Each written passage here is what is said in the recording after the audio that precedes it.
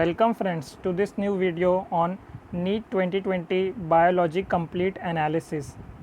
इसमें हम डिस्कस करेंगे जो क्वेश्चंस बायोलॉजी में NEET 2020 में आए थे उनको और उनके करेक्ट सॉल्यूशन क्या होगा उसको हम इस वीडियो में डिस्कस करेंगे। तो आइए हम बायोलॉजी के पहले क्वेश्चन की तरफ बढ़ते हैं जिसमें हमसे पूछा गया है match the organism with its use in biotech. तो पहला ऑर्गेनिज्म हमें दिया गया है बैसिलस thuringiensis, जिससे हम बीटी क्रॉप प्रोड्यूस करते हैं जैसे BT cotton, BT soybean, BT potato और टोमेटो। तो उसमें हम देखते हैं कि जो बैसिलस thuringiensis है वो क्राई प्रोटीन्स प्रोड्यूस करता है, यानी ए के आगे ऑप्शन 4 मैच करेगा। इससे अगर आप देखेंगे तो सिर्फ ये ऑप्शन 1 में ही ये करेक्ट होगा, तो इसलिए इसका करेक्ट आंसर होगा ऑप्शन 1। बाकी ऑप्शंस का अगर आपको डिटेल सॉल्यूशन चाहिए तो वो भी यहाँ पे सॉल्यूशन में लिखा गया है, वो आप रीड कर सकते हैं। हम नेक्स्ट क्वेश्चन की तरफ बढ़ेंगे जिसमें हमसे पूछा गया है मैच द फॉलोइंग। तो इसमें inhibitor of the catalytic activity आपको पता है मेलोनिक एसिड होता है, सक्सिनिक डिहाइड्रोजिनेस का इनहिबिटर, कॉम्पिटिटिव इनहिबिशन दिखाता है ये। तो ए के आगे हो जाएगा ऑप्शन 2, जो कि यहाँ पे ऑप्शन 1 और 2 में नहीं दिख रहे हैं, तो ये दोनों ऑप्शन हो गए एलिमिनेट, और 3 और 4 में से कोई एक आंसर होगा हमारा। सेकेंड ऑप्शन में हमें दिया गया है पोजेस पेप्टाइड बॉन्ड। तो पोजेस पेप्टाइड बॉन्ड ये प्रोटीन के स्ट्रक्चर में मिलता है, तो कोलेजन एक प्रोटीन है, स्ट्रक्चरल प्रोटीन है। तो यहाँ पे अगर आप देखेंगे तो बी के आगे 4 होगा, जो ऑप्शन 4 में सिर्फ मैच हो रहा है, तो इसका करेक्ट ऑप्शन हो जाएगा ऑप्शन 4। बाकी अगर आपको मैं बताऊँ तो cell wall material in fungi chitin होता है, जो एन एसिटाइल ग्लूकोजामीन और एन एसिटाइल म्यूरामिक एसिड से बना हुआ होता है। और सेकेंडरी मेटाबोलाइट्स में अगर आप देखेंगे तो रिशिन और एब्रिन ये टॉक्सिन्स होते हैं, तो इसका करेक्ट ऑप्शन देखेंगे तो 47 का ऑप्शन 4 करेक्ट है। हम बढ़ते हैं नेक्स्ट क्वेश्चन की तरफ, जो है क्वेश्चन नंबर 48, जिसमें हमसे पूछा गया the plant parts which consist of 2 generations one with in the other is. तो इस क्वेश्चन में हमसे पूछा गया है कि कौन सा ऐसा ऑप्शन में हमें एक जनरेशन नेक्स्ट जनरेशन को एनक्लोज करते हुए दिखाई दी गई है। तो फर्स्ट ऑप्शन है pollen grain inside the anther. तो आपको पता है जो एंथर का स्ट्रक्चर है वो बाइलोब्ड और टेट्रास्पोरेंजिएट होता है, यानी उसमें 4 लोब्स होते हैं और उसमें 4 पोलन सैक होते हैं जिसके अंदर पोलन ग्रेन्स एनक्लोज्ड होते हैं। तो यहाँ पे अगर आप देखेंगे जो पोलन ग्रेन है वो नेक्स्ट जनरेशन को रिप्रेजेंट करते हैं, यानी गैमेटोफाइट को, और ये जो पोलन सैक्स है ये हमारे जो स्पोरोफिटिक जनरेशन है उसको रिप्रेजेंट करते हैं। तो ये हमारा करेक्ट ऑप्शन हो सकता है, और भी हमें मैच करने पड़ेंगे। तो इसमें अगर आप देखेंगे germinated pollen grain with 2 male gametes, तो यहाँ पे सिर्फ मेल गैमेट्स है, यानी जनरेशन 2 है, यहाँ पे कोई स्पोरोफिटिक जनरेशन का तो सेल है ही नहीं, तो ऑप्शन बी एलिमिनेट हो गया। अगर आप देखेंगे सीड इनसाइड द फ्रूट, तो अगर आप देखेंगे जो सीड और फ्रूट होता है वो एक ही जनरेशन के होते हैं, इसमें कोई प्रीवियस जनरेशन का सेल है ही नहीं, तो ऑप्शन सी भी एलिमिनेट हो जाएगा। ऑप्शन डी बचा embryo sac inside the ovule, तो ये भी हो सकता है, क्योंकि अगर आप देखेंगे एक ओव्यूल का स्ट्रक्चर तो उसमें जो माइक्रोपाइलर एंड होता है, अगर मैं एक एनाट्रोपस ओव्यूल का स्ट्रक्चर ड्रॉ करूं तो उसमें जो माइक्रोपाइलर एंड होता है वहाँ पे एक एम्ब्रियो सैक सिचुएटेड होता है, जो कि गैमेटोफिटिक जनरेशन को रिप्रेजेंट करता है, फीमेल गैमेटोफाइट। और जो यहाँ पे बाकी न्यूसेलस वगैरह के सेल होते हैं ये यहाँ पे स्पोरोफाइट के सेल को रिप्रेजेंट करते हैं, तो यहाँ पे हमारा डी भी करेक्ट हो जाएगा। तो अकॉर्डिंगली अगर आप देखेंगे 48 का ए और डी यानी ऑप्शन 3 करेक्ट हो जाएगा।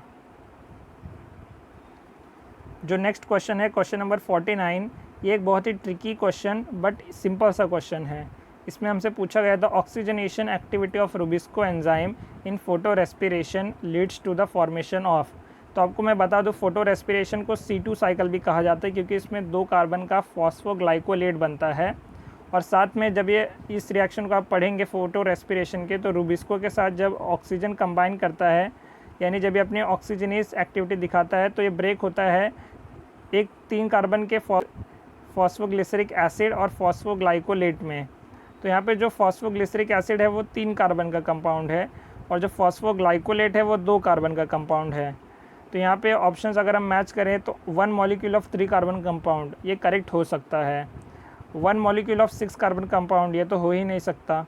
1 मॉलिक्यूल ऑफ 4 कार्बन कंपाउंड, यहाँ पे 4 कार्बन कंपाउंड भी नहीं बन रहा है। 2 मॉलिक्यूल्स ऑफ 3 कार्बन कंपाउंड ये भी गलत है, क्योंकि यहाँ पे एक 3 कार्बन और एक 2 कार्बन कंपाउंड बन रहा है।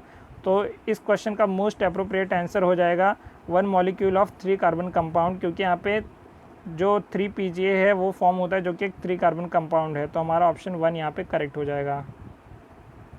नेक्स्ट क्वेश्चन में हमें इकोसिस्टम चैप्टर से पूछा गया है कि in relation to the gross primary productivity and net primary productivity of an ecosystem which of the following statement is correct. तो हमें यहाँ पे करेक्ट स्टेटमेंट को पहचानना है।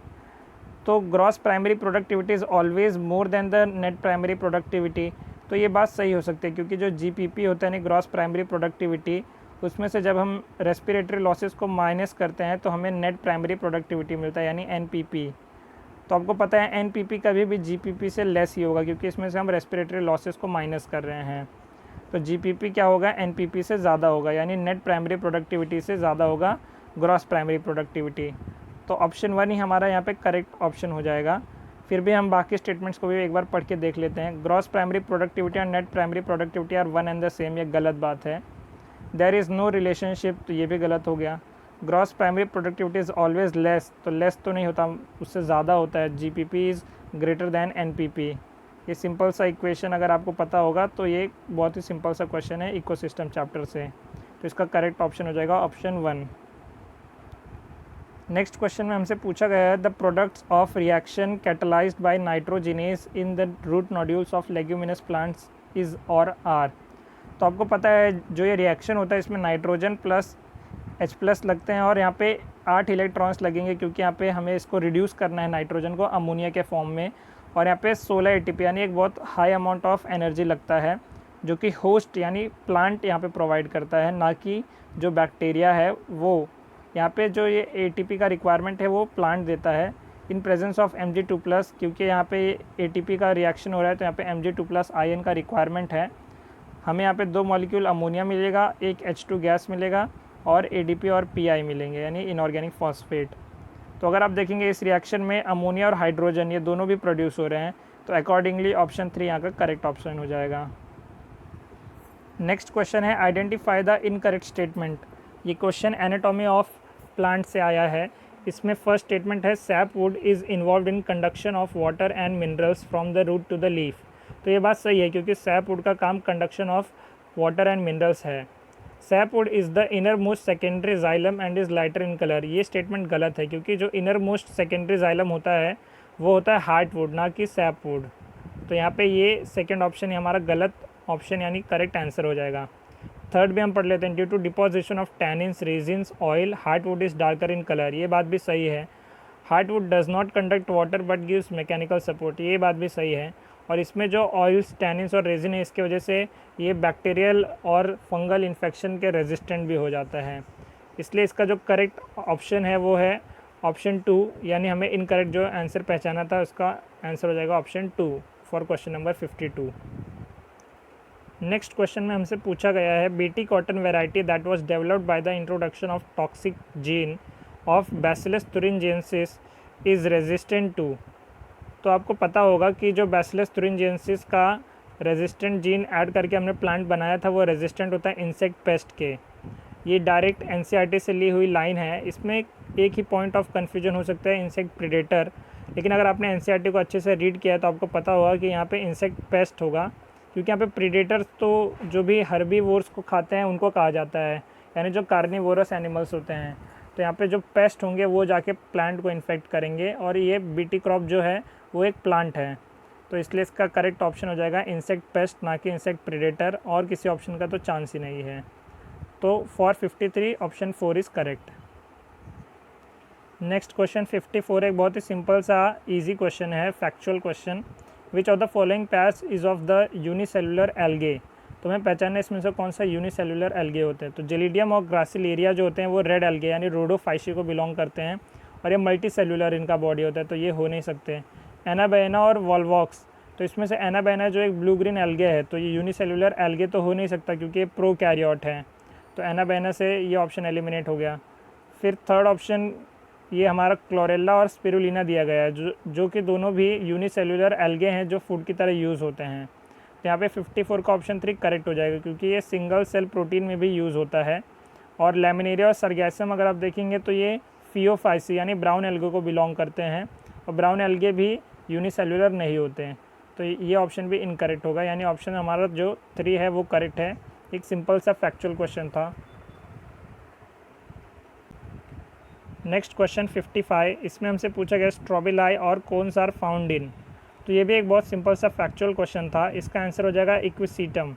ये भी आपने अगर एनसीईआरटी के लाइंस को अच्छे से रीड किया होगा तो इक्विसीटम और सेलाजिनेला जो होते हैं इनमें आपको स्ट्रोबिलाई या कोन्स मिलेंगे, क्योंकि ये यूस्पोरेंजिएट होते हैं, यानी इसमें आपको स्पोरेंजिया यानी स्ट्रोबिलाई या कोन्स मिलेंगे।